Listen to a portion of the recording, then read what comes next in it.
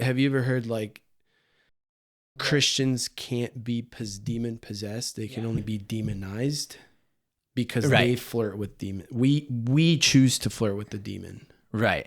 And that to me makes sense that a Christian person, if they genuinely believe in Jesus, the Holy Spirit lives in them. Right. How can a demon occupy that space? It cannot happen. Right. That logically makes sense to me. But they can be demonized where you invite them because you're saying, hey, it's like God has this like hedge of protections, of layers. Okay. But through our own iniquities, through our own habits and shortcomings and lusts and, desires, whatever. Insert the blank. Yeah. Insert the blank. We are saying, hey, I want to flirt with this. I want this activity. I'm okay with this activity. The demon is more than okay. It's been studying you since you were born. That's actually one thing that most recently I kind of like, I see it clear as day now. Have you ever seen the movie Nefarious? Honestly, dude, I don't mess with demon movies. It's Christian based.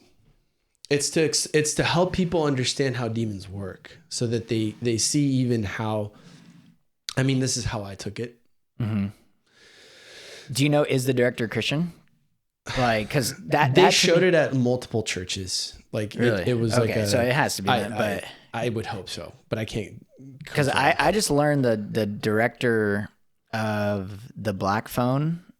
I don't know if you're familiar with that movie, and they just came out with The Black Phone 2. Looks scary as hell. He's actually super Christian. And I was saying, wow, like, and so he's saying that horror is not something that needs to be avoided. It's something that needs to be understood. I believe that because it tells you fear not in the Bible so many times. For 365. No, that's really interesting. One for every day almost. There's a good daily journal. Somebody make that. But so sorry, I cut you off though. You're saying the movie. Oh yeah, Nefarious. So demons are watching you from when you're born.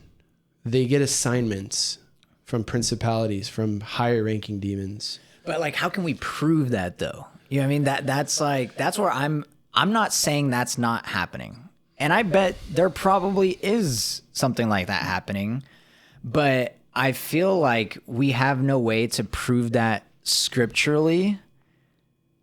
You know what I mean? So how can we be confident in that? You have to tie it in and have discernment. But there are books. See, this is one of the questions I asked my mentor like years and years ago. I was like, what's up with all these books that are not in the Bible? Yeah, right? The Apocrypha. Exactly, the Apocrypha. And the way he answered it was is there are books that we believe are in the canon that are in the Bible because they were God inspired. The Holy Spirit inspired the human to write that. And then there are books that even the same authors, like Solomon wrote 3 other books that didn't make it into the Bible. Oh, interesting. That are considered historical record. Okay. This is now human writing human. Okay. Not spirit writing through human. Sure. So through some of those other books, you can derive some of these things that I say. Like one of them Enoch, the book of Enoch 1 and 2. That gets more specific where Genesis is like one chapter of it, Interesting. This is the whole books that are like, hey, angels fell in love with women, right? There's no arguments there, but it gives way more detail into this. And this is a funny thing too. I think, why do we say falling in love? Why do we say falling in love? I don't know. My guess, falling in love is the way I take it. I would just say like, there's no control over it. Like, Yeah, you just I kinda don't know. felt like, But demons fell from heaven because they fell in love with women. They were supposed to watch us. okay, so you're saying that's where it falls. Maybe. Oh, interesting. I don't know. It could be. Yeah. But I see some of these things in language and similarities and phrases that we use and we just don't. Like, we're like, Don't even realize it. Yeah. Yeah.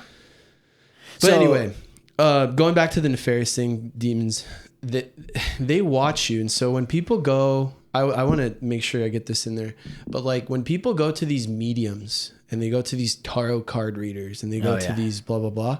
So what's happening there is the medium usually gives their credit to some sort of spirit that is giving them knowledge. Mm-hmm. They're the ones like, I feel this thing.